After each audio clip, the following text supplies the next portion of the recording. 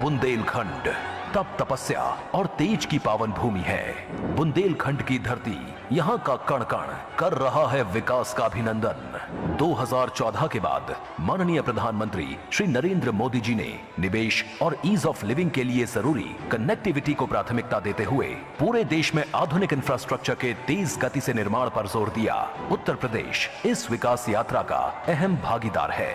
वर्ष 2017 के बाद यूपी में डबल इंजन की सरकार और माननीय मुख्यमंत्री योगी आदित्यनाथ जी ने सड़क, रेल, मेट्रो, एयर सहित सभी क्षेत्रों में विकास को प्राथमिकता दी है, जिसका परिणाम है उत्तर प्रदेश की एक्सप्रेस प्रदेश के रूप में बनी नई पहचान।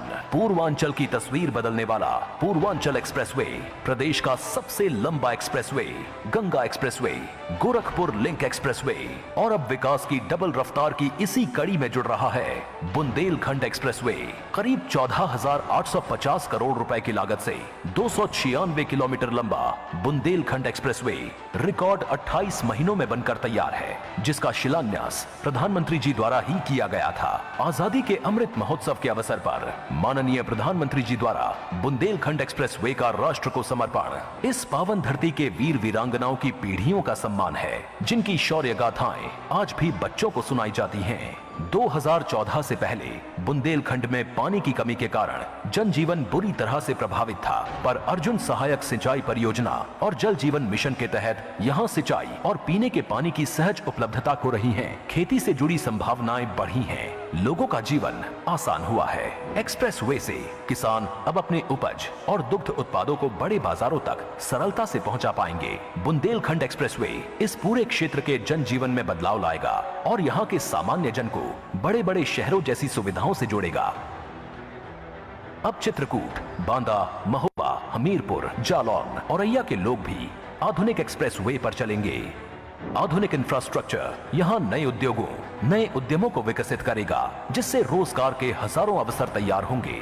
बुंदेलखंड एक्सप्रेसवे से उत्तर प्रदेश डिफेंस कॉरिडोर को भी गति मिलने वाली है। बुंदेलखंड एक्सप्रेसवे के आगरा लखनऊ एक्सप्रेसवे और यमुना एक्सप्रेसवे के साथ लिंक होने से स्थानीय एमएसएमई सेक्टर के लिए नए मौके बनेंगे और क्षेत्र के आर्थिक विकास को बल मिलेगा। एक्सप्रेसवे के दोनों ओर राइट ऑफ वे बनाया गया है, जहां सोलर एनर्जी से ऊर्जा मिलेगी। एक्सप्रेसवे पर प्रवेश व निकासी के लिए इंटरचेंज तथा जरूरी जगहों पर आरओबी, पुल और अंडरपास बनाए गए हैं। साथ ही जन सुविधा केंद्र और स्थानीय लोगों के लिए सर्विस रोड भी बनाए गए हैं। एक्सप्रेसवे के आसपास सघन वृक्षारोपण होगा, इन्वेस्टमेंट पार्क और कारखाने बनेंगे। बुंदेलखंड एक्सप्रेसवे से पूरे यूपी और पूरे देश की आकांक्षाओं को एक्सप्रेस रफ्तार मिलेगी और ये पावन भूमि नए भारत के सपनों का एक अहम केंद्र बनकर उभरेगी। नए भारत का नया उत्तर प्रदेश। बहुत बहुत धन्यवाद प्रधानमंत्री महोदय, आपने आज बुंदेलखंड की संपन्नता के द्वार खोल दिए। भारत की अर्थव्यवस्था में उत्तर प्रदेश की विशेष रूपरेखा को आपने हमेशा सराहा है। अभी हाल में G7 की बैठक में आपने अनेक राष्ट्राध्यक्षों को उत्तर प्रदेश के ODOP के उत्पाद भेंट कर इस तथ्य को पुनः पुनः रेखांकित किया है। उत्तर प्रदेश आपका आभारी है कि आज बुंदेलखंड एक्सप्रेसवे के लोकार्पण समारोह में आप पधारे हैं। अब मैं देश के यशस्वी प्रधानमंत्री माननीय श्री नरेंद्र मोदी जी को उनके उद्बोधन के लिए आमंत्रित करता हूं। माननीय प्रधानमंत्री महोदय।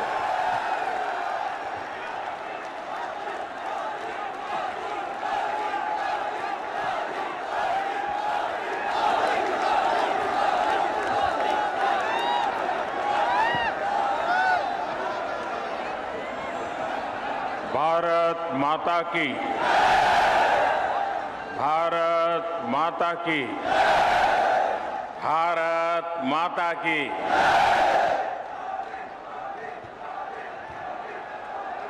बुंदेलखंड की जहाँ वेद व्यास की जन्मस्थली और हमारी बाईसा महारानी लक्ष्मीबाई जी की जा धरती पे हमें बैर बैर बीरा आबे को अवसर मिलो। हमें बहुत ही प्रसन्नता। नमस्कार। उत्तर प्रदेश के लोकप्रिय मुख्यमंत्री योगी आदित्यनाथ जी, यूपी के उप मुख्यमंत्री श्री केशव प्रसाद मौर्य जी, उप मुख्यमंत्री श्री ब्रजेश पाठक जी, केंद्रीय मंत्रिमंडल के मेरे सहयोगी और इसी क्षेत्र के वासी श्री भानु प्रताप सिंह जी, यूपी सरकार के मंत्रीगण, सांसदगण, विधायकगण, अन्य जनप्रतिनिधि और बुंदेलखंड के मेरे प्यारे बहनों और भाइयों, यूपी के लोगों को, बुंदेलखंड के सभी बहनों भाइयों को आधुनिक बुंदेलखंड एक्सप्रेसवे, इसके लिए बहुत बहुत बधाई, बहुत बहुत शुभकामनाएं। ये एक्सप्रेसवे बुंदेलखंड की गौरवशाली परंपरा को समर्पित है। जिस धरती ने अनगिनत शूरवीर पैदा किए, जहां के खून में भारत भक्ति बहती है, जहां के बेटे बेटियों के पराक्रम और परिश्रम ने हमेशा देश का नाम रोशन किया है, उस बुंदेलखंड की धरती को आज एक्सप्रेस वे का ये उपहार देते हुए उत्तर प्रदेश के सांसद के नाते, उत्तर प्रदेश के जनप्रतिनिधि के नाते मुझे विशेष खुशी मिल रही है। भाइयों और बहनों,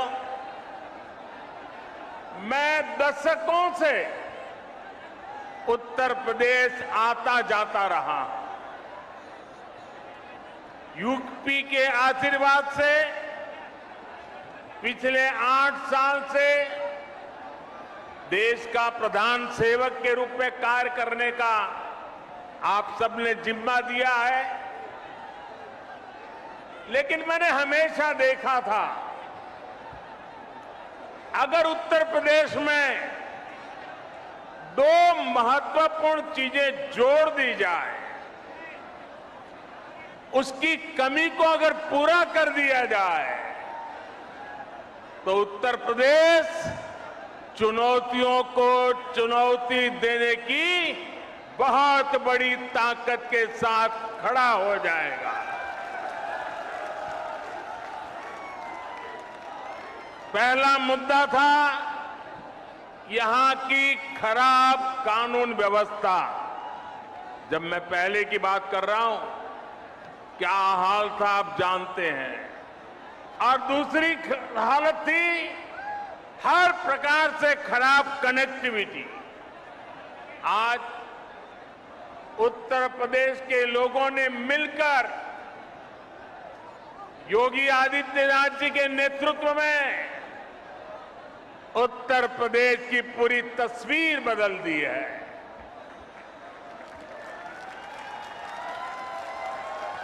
योगी जी के नेतृत्व वाली सरकार में कानून व्यवस्था भी सुधरी है और कनेक्टिविटी भी तेज से सुधर रही है। आजादी के बाद के 7 दशकों में यूपी में यातायात के आधुनिक साधनों के लिए जितना काम हुआ, उससे ज्यादा काम आज हो रहा है। मैं आपसे पूछ रहा हूं, हो रहा है कि नहीं हो रहा है? हो रहा है कि नहीं हो रहा है? आंखों के सामने दिख रहा है कि नहीं दिख रहा है?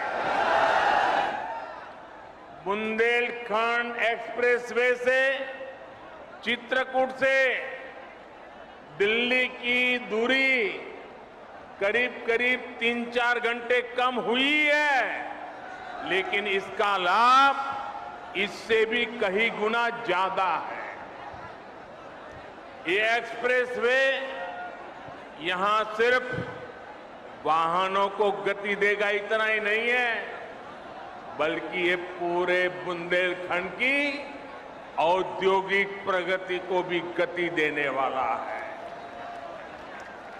इसके दोनों तरफ, इस एक्सप्रेस हाईवे के दोनों तरफ अनेक उद्योग स्थापित होने वाले हैं। यहां भंडारण की सुविधाएं, कोल्ड स्टोरेज की सुविधाएं बनने वाली है। बुंदेलखंड एक्सप्रेसवे की वजह से इस क्षेत्र में कृषि आधारित उद्योग लगाने बहुत आसान हो जाएंगे। खेत में पैदा होने वाली उपज को नए बाजारों में पहुंचाना आसान होगा। बुंदेलखंड में बन रहे डिफेंस कॉरिडोर को भी इससे बहुत मदद मिलेगी। यानी ये एक्सप्रेसवे बुंदेलखंड के कोने कोने को विकास, स्वरोजगार और नए अवसरों भी जोड़ने वाला है। साथियों, एक समय था जब माना जाता था कि यातायात के आधुनिक साधनों पर पहला अधिकार सिर्फ बड़े बड़े शहरों का ही है। मुंबई हो, चेन्नई हो, कोलकाता हो, बेंगलुरु हो, हैदराबाद हो, दिल्ली हो, सब कुछ उनको ही मिले। लेकिन अब सरकार की बदली है, मिजाज भी बदला है, और ये मोदी है, ये योगी है। अब उस पुरानी सोच को छोड़कर, उसे पीछे रखकर हम एक नए तरीके से आगे बढ़ रहे हैं। साल 2017 के बाद से उत्तर प्रदेश में कनेक्टिविटी के जो काम शुरू हुए, उनमें बड़े शहरों के साथ ही छोटे शहरों को भी उतनी ही प्राथमिकता दी गई है। ये बुंदेलखंड एक्सप्रेसवे चित्रकूट, बांदा, हमीरपुर, महोबा, जालौन, औरैया और इटावा से होकर गुजर रहा है। पूर्वांचल एक्सप्रेसवे लखनऊ के साथ ही बाराबंकी, अमेठी, सुल्तानपुर, अयोध्या, अंबेडकर नगर, आजमगढ़, मऊ और गाजीपुर से गुजर रहा है। गोरखपुर लिंक एक्सप्रेस अंबेडकर नगर, संत कबीर नगर और आजमगढ़ को जोड़ता है। गंगा एक्सप्रेसवे मेरठ, हापुड़, बुलंदशहर, अमरोहा, संभल, बदायूं, शाहजहांपुर, हरदोई, उन्नाव, रायबरेली, प्रतापगढ़ और प्रयागराज को जोड़ने का काम करेगा।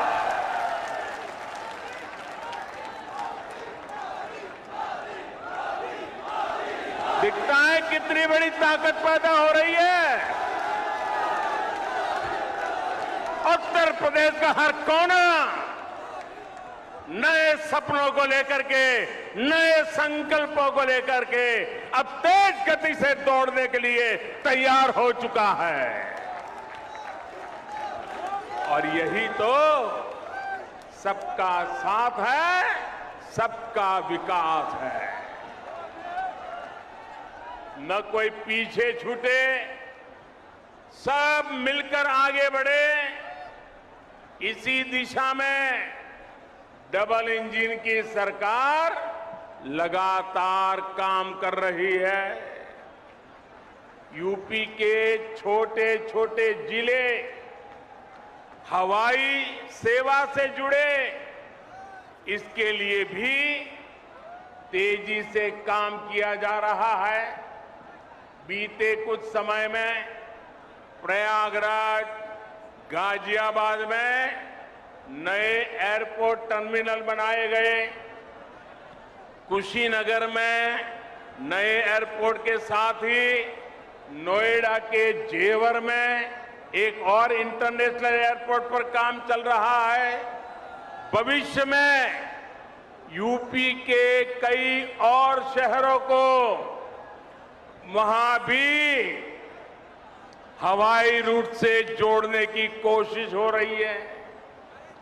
ऐसी सुविधाओं से पर्यटन उद्योग को भी बहुत बल मिलता है। और मैं जब आज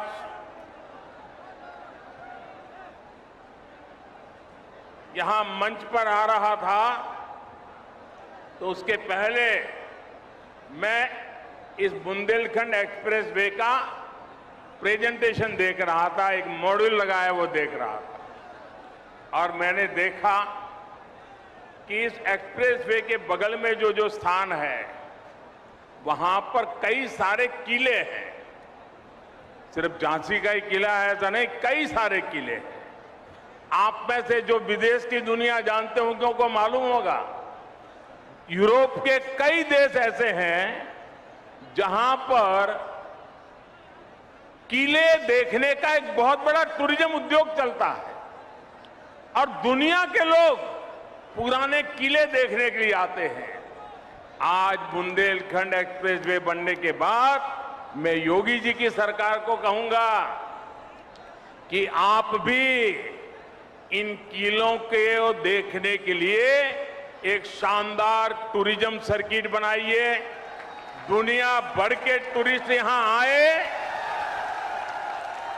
और मेरे बुंदेलखंड की ताकत को देखे। इतना ही नहीं, मैं आज योगी जी से आग्रह एक और करूंगा। आप उत्तर प्रदेश के नौजवानों के लिए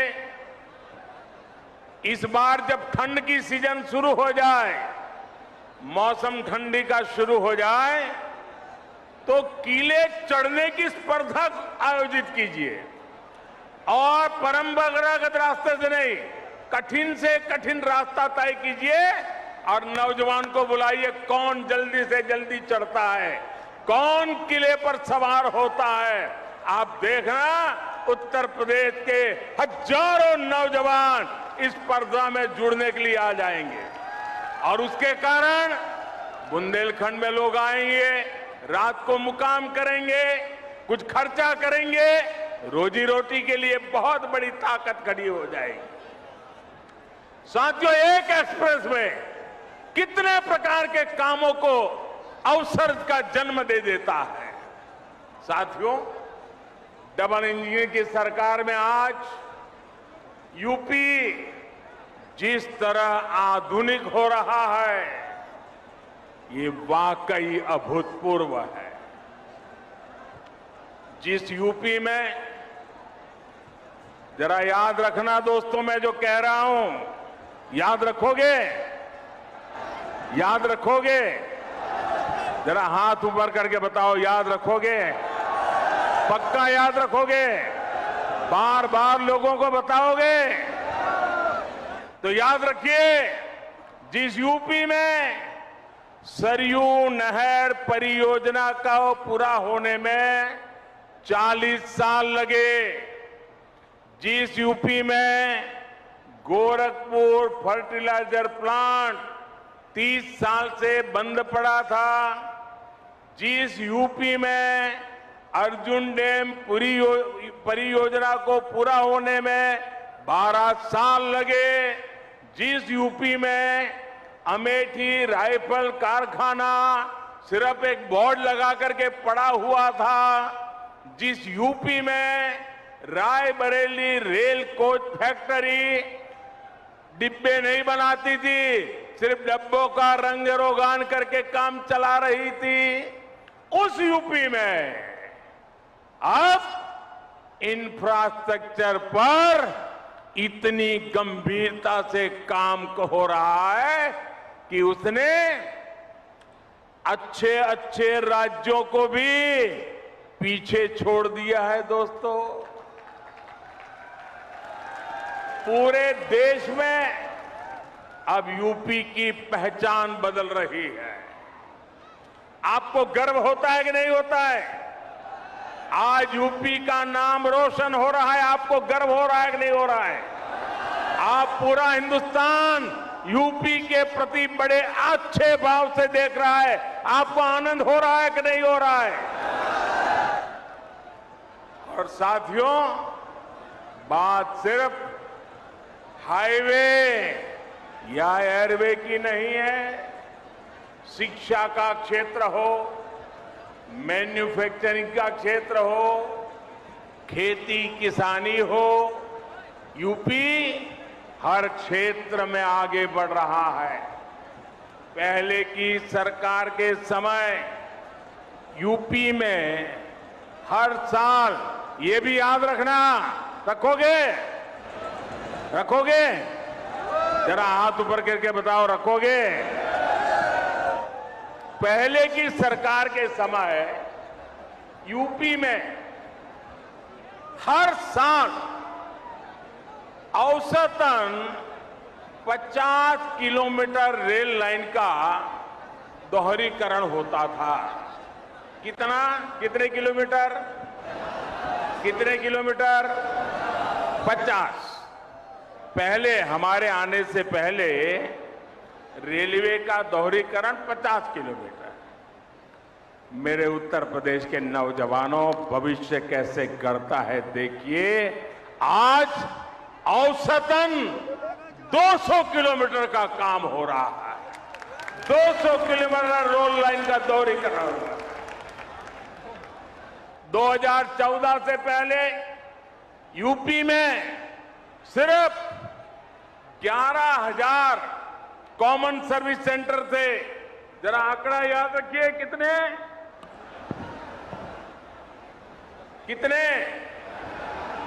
11,000। आज यूपी में 1,30,000 से ज्यादा कॉमन सर्विस सेंटर काम कर रहे हैं। ये आंकड़ा याद रखोगे? एक समय में यूपी में सिर्फ 12 मेडिकल कॉलेज हुआ करते थे। आंकड़ा याद रहा? कितने मेडिकल कॉलेज? जरा जोर से बताइए, कितने? 12 मेडिकल कॉलेज। आज यूपी में 35 से ज्यादा मेडिकल कॉलेज है और 14 नए मेडिकल कॉलेज पर काम चल रहा है। मतलब कहां 14 और कहां 50।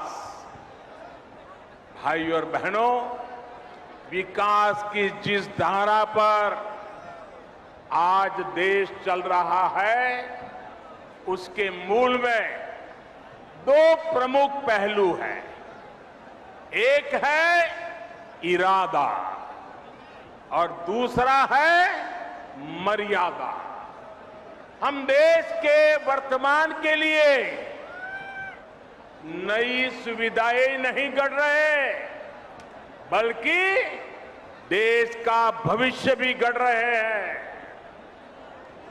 पीएम गति शक्ति नेशनल मास्टर प्लान के जरिए हम 21वीं सदी के इंफ्रास्ट्रक्चर के निर्माण में जुटे हैं। और साथियों, विकास के लिए हमारा सेवा भाव ऐसा है कि हम समय की मर्यादा को टूटने नहीं देते। हम समय की मर्यादा का पालन कैसे करते हैं, इसके अनगिनत उदाहरण हमारे इसी उत्तर प्रदेश में है। काशी में विश्वनाथ धाम के सुंदरीकरण का काम हमारी सरकार ने शुरू किया और हमारी ही सरकार ने इसे पूरा करके दिखाया। गोरखपुर एम्स का शिलान्यास भी हमारी सरकार ने किया और उसका लोकार्पण भी इसी सरकार में हुआ। दिल्ली मेरठ एक्सप्रेसवे का शिलान्यास भी हमारी सरकार ने किया और उसका लोकार्पण भी हमारी सरकार में हुआ। बुंदेलखंड एक्सप्रेस भी इसी का उदाहरण है।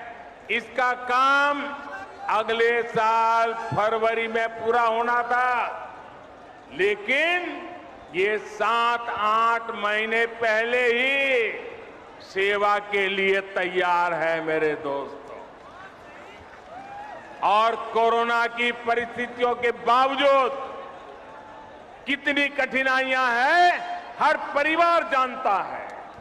इन कठिनाइयों के बीच भी हमने इस काम को समय से पहले पूरा किया है। ऐसे ही काम से हर देशवासी को एहसास होता है कि जिस भावना से उसने अपना वोट दिया, उसका सही मायने में सम्मान हो रहा है, सदुपयोग हो रहा है। मैं इसके लिए योगी जी और उनकी टीम को बधाई देता हूं। साथियों, जब मैं कोई रोड का उद्घाटन करता हूं, कोई अस्पताल का उद्घाटन करता हूं, कोई कारखाने का उद्घाटन करता हूं, तो मेरे दिल में एक ही भाव होता है कि मैं जिन मतदाताओं ने ये सरकार बनाई है उनको सम्मान देता हूं और देश के सभी मतदाताओं को सुविधा देता हूं। साथियों, आज पूरी दुनिया भारत को बहुत आशा से देख रही है। हम अपनी आजादी के 75 वर्ष का पर्व मना रहा है।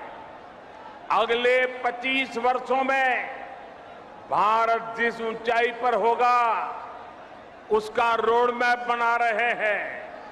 और आज जब मैं बुंदेलखंड की धरती पे आया हूं, झांसी की रानी लक्ष्मीबाई के इलाके में आया हूं, यहां से इस वीर भूमि से मैं हिंदुस्तान के 6 लाख से भी ज्यादा गांव के लोगों को करबद्ध प्रार्थना करता हूं कि आज जो हम आजादी का पर्व मना रहे हैं, इसके लिए सैकड़ों वर्षों तक हमारे पूर्वजों ने लड़ाई लड़ी है, बलिदान दिए हैं, यातनाएं झेली है। जब 75 वर्ष है, हमारा दायित्व बनता है अभी से योजना बनाए। आने वाला 1 महीना 15 अगस्त तक हर गांव में अनेक कार्यक्रम हो, गांव मिलकर के याद कार्यक्रम करे, आजादी का अमृत महोत्सव बनाने की योजना बनाए, वीरों को याद करे, बलिदानियों को याद करे, स्वातंत्र सेनानियों को याद करे। हर गांव में नया संकल्प लेने का एक वातावरण बने, ये मैं सब देशवासियों को आज इस वीरों की भूमि से प्रार्थना करता हूं।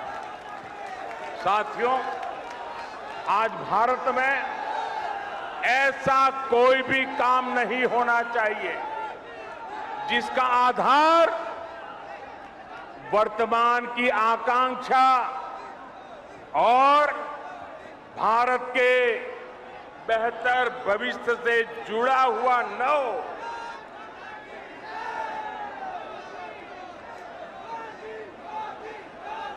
हम कोई भी फैसला लें, कोई भी निर्णय लें, कोई भी नीति बनाए, इसके पीछे सबसे बड़ी सोच यही होनी चाहिए कि इससे देश का विकास और तेज होगा। हर वो बात जिससे देश को नुकसान होता है, देश का विकास प्रभावित होता है, उससे हमें हमेशा हमेशा दूर रखना है। आजादी के 75 वर्षों बाद भारत को विकास का ये सबसे बेहतरीन मौका मिला है। हमें इस मौके को गंवाना नहीं है। हमें इस कालखंड में देश का ज्यादा से ज्यादा विकास करके उसे नई ऊंचाई पर पहुंचाना है, नया भारत बनाना है। साथियों, नए भारत के सामने एक ऐसी चुनौती भी है जिस पर अगर अभी ध्यान नहीं दिया गया तो भारत के युवाओं का, आज की पीढ़ी का बहुत नुकसान हो सकता है। आपका आज गुमराह हो जाएगा और आपकी आने वाली कल अंधेरे में सिमट जाएगी। दोस्तों, इसलिए अभी से जागना जरूरी है। आजकल हमारे देश में मुफ्त की रेवड़ी बांटकर वोट बटोरने का कल्चर लाने की भरसक कोशिश हो रही है। ये रेवड़ी कल्चर देश के विकास के लिए बहुत घातक है। इस रेवड़ी कल्चर से देश के लोगों को और खास करके मेरे युवाओं को बहुत सावधान रहने की जरूरत है। रेवड़ी कल्चर वाले कभी आपके लिए नए एक्सप्रेसवे नहीं बनाएंगे, नए एयरपोर्ट या डिफेंस कॉरिडोर नहीं बनवाएंगे। रेवड़ी कल्चर वालों को लगता है कि जनता जनार्दन को मुफ्त की रेवड़ी बांटकर उन्हें खरीद लेंगे। हमें मिलकर उनकी सोच को हराना है। रेवड़ी कल्चर को देश की राजनीति से हटाना है। साथियों, रेवड़ी कल्चर से अलग हम देश में रोड बनाकर, नए रेल रूट बनाकर लोगों की आकांक्षाओं को पूरा करने का काम कर रहे हैं। हम गरीबों के लिए करोड़ों पक्के घर बना रहे हैं। दशकों से अधूरी सिंचाई परियोजनाएं पूरी कर रहे हैं। छोटे बड़े अनेक डैम बना रहे हैं। नए नए बिजली के कारखाने लगवा रहे हैं ताकि गरीब का, किसान का जीवन आसान बने और मेरे देश के नौजवानों का आने वाला भविष्य अंधकार में डूब न जाए। साथियों, इस काम में मेहनत पड़ती है, दिन रात खटना पड़ता है, खुद को जनता की सेवा के लिए समर्पित करना होता है। मुझे खुशी है कि देश में जहां भी हमारी डबल इंजन की सरकार है वो विकास के लिए इतनी मेहनत कर रही है। डबल इंजन की सरकार मुफ्त की रेवड़ी बांटने का शॉर्टकट नहीं अपना रही। डबल इंजन की सरकार मेहनत करके राज्य के भविष्य को बेहतर बनाने में जुटी है। और साथियों, आज मैं आपको एक और बात भी कहूंगा।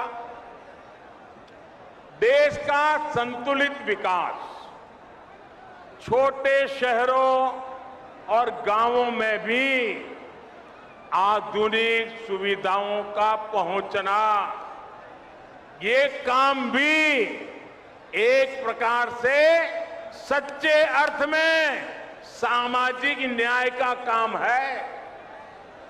जिस पूर्वी भारत के लोगों को, जिस बुंदेलखंड के लोगों को दशकों तक सुविधाओं से वंचित रखा गया, आज जब वहां आधुनिक इंफ्रास्ट्रक्चर बन रहा है तो ये सामाजिक न्याय भी हो रहा है। यूपी के जिन जिलों को पिछड़ा मानकर उन्हें अपने हाल पर छोड़ दिया गया था, वहां जब विकास हो रहा है तो ये भी एक तरह का सामाजिक न्याय है। गांव-गांव को सड़कों से जोड़ने के लिए तेजी से काम करना, घर घर तक रसोई गैस का कनेक्शन पहुंचाना, गरीब को पक्के घर की सुविधा देना, घर घर में शौचालय बनाना, ये सारे काम भी सामाजिक न्याय को ही मजबूत करने वाले कदम है। बुंदेलखंड के लोगों को भी हमारी सरकार के सामाजिक न्याय भरे कार्यों से बहुत लाभ हो रहा है। भाइयों और बहनों, बुंदेलखंड की एक और चुनौती को कम करने के लिए हमारी सरकार निरंतर काम कर रही है। हर घर तक पाइप से पानी पहुंचाने के लिए हम जल जीवन मिशन पर काम कर रहे हैं। इस मिशन के तहत बुंदेलखंड के लाखों परिवारों को पानी का कनेक्शन दिया जा चुका है। इसका बहुत बड़ा लाभ हमारी माताओं, हमारी बहनों को हुआ है। उनके जीवन में मुश्किलें कम हुई है। हम बुंदेलखंड में नदियों के पानी को ज्यादा से ज्यादा लोगों तक पहुंचाने के लिए लगातार प्रयास कर रहे हैं। रतौली बांध परियोजना, भावनी बांध परियोजना और मझगांव चिल्ली स्प्रिंकलर सिंचाई परियोजना ऐसे ही प्रयासों का परिणाम है। केन बेतवा लिंक प्रोजेक्ट के लिए हजारों करोड़ रुपए स्वीकृत किए जा चुके हैं। इससे बुंदेलखंड के बहुत बड़े हिस्से का जीवन बदलने वाला है। साथियों, मेरा बुंदेलखंड के साथियों से एक और आग्रह भी है। आजादी के 75 वर्ष के अवसर पर देश के अमृत सरोवरों के निर्माण का संकल्प लिया है। बुंदेलखंड के हर जिले में भी 75 अमृत सरोवर बनाए जाएंगे। ये जल सुरक्षा के लिए, आने वाली पीढ़ियों के लिए बहुत बड़ा काम हो रहा है। मैं आज आप सभी से कहूंगा, इस नेक काम में मदद के लिए ज्यादा से ज्यादा संख्या में आगे आए। अमृत सरोवर के लिए गांव-गांव कार सेवा का अभियान चलना चाहिए। भाइयों और बहनों, बुंदेलखंड के विकास में बहुत बड़ी ताकत यहां के कुटीर उद्योगों की भी है। आत्मनिर्भर भारत के लिए हमारी सरकार द्वारा इस कुटीर परंपरा पर भी बल दिया जा रहा है। मेक इन इंडिया भारत की इसी कुटीर परंपरा से सशक्त होने वाला है। छोटे प्रयासों से कैसे बड़ा प्रभाव पड़ रहा है, इसका एक उदाहरण मैं आज आपको भी और देशवासियों को देना चाहता हूं। साथियों, भारत हर साल करोड़ों रुपए के खिलौने दुनिया के दूसरे देशों से मंगाता रहा है। अब बताइए, छोटे छोटे बच्चों के लिए छोटे छोटे खिलौने ये भी बाहर से लाए जाते थे, जबकि भारत में खिलौने बनाना तो पारिवारिक और पारंपरिक उद्योग रहा, पारिवारिक व्यवसाय रहा है। उसे देखते हुए मैंने भारत में खिलौना उद्योग को नए सिरे से काम करने का आग्रह किया। लोगों से भी भारतीय खिलौनों को खरीदने की अपील की थी। इतने कम समय में सरकार के स्तर पर जो काम करने जरूरी था वो भी हमने किया।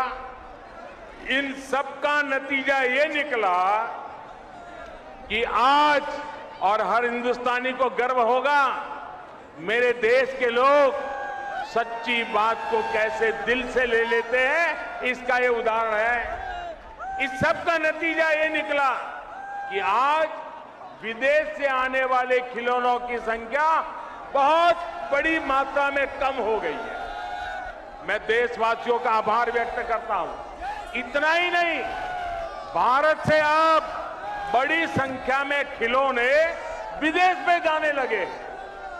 इसका लाभ किसे मिला है? खिलौने बनाने वाले हमारे ज्यादातर साथी गरीब परिवार है, दलित परिवार है, पिछड़े परिवार है, आदिवासी परिवार है। हमारी महिलाएं खिलौने बनाने के काम में जुड़ी रहती है। इस उद्योग से हमारे इन सब लोगों को लाभ हुआ है। झांसी, चित्रकूट, बुंदेलखंड में तो खिलौनों की बड़ी समृद्ध परंपरा रही है। इन्हें भी डबल इंजन की सरकार द्वारा प्रोत्साहित किया जा रहा है। साथियों, शूरवीरों की धरती बुंदेलखंड के वीरों ने खेल के मैदान पर भी विजय पताका फहराई है। देश के सबसे बड़े खेल सम्मान का नाम अब बुंदेलखंड के सपूत मेजर ध्यानचंद के नाम पर ही है। ध्यानचंद जी ने जिस मेरठ में काफी समय गुजारा था, वहां पर उनके नाम से एक स्पोर्ट्स यूनिवर्सिटी भी बनाई जा रही है। कुछ समय पहले हमारी झांसी की ही एक बिटिया शैली सिंह ने भी कमाल करके दिखाया। हमारे ही बुंदेलखंड की बेटी शैली सिंह ने लंबी कूद में नए नए रिकॉर्ड बनाने वाली शैली सिंह पिछले साल अंडर 20 वर्ल्ड एथलेटिक चैंपियनशिप में सिल्वर मेडल भी जीता है। बुंदेलखंड ऐसी युवा प्रतिभाओं से भरा हुआ है। यहां के युवाओं को आगे बढ़ने का खूब अवसर मिले, यहां से पलायन रुके, यहां आधुनिक इंफ्रास्ट्रक्चर बने, इसी दिशा में हमारी सरकार काम कर रही है। यूपी ऐसे ही सुशासन की नई पहचान को मजबूत करता रहे, इसी कामना के साथ आप सभी को बुंदेलखंड एक्सप्रेस के लिए फिर से बहुत बहुत बधाई। और फिर से याद कराता हूं, 15 अगस्त तक पूरा महीना हिंदुस्तान के हर घर में, हर गांव में आजादी का महोत्सव मनना चाहिए, शानदार मनना चाहिए। आप सबको बहुत शुभकामनाएं, बहुत बहुत धन्यवाद। पूरी ताकत से बोलिए भारत माता की, भारत माता की, भारत माता की। बहुत बहुत धन्यवाद।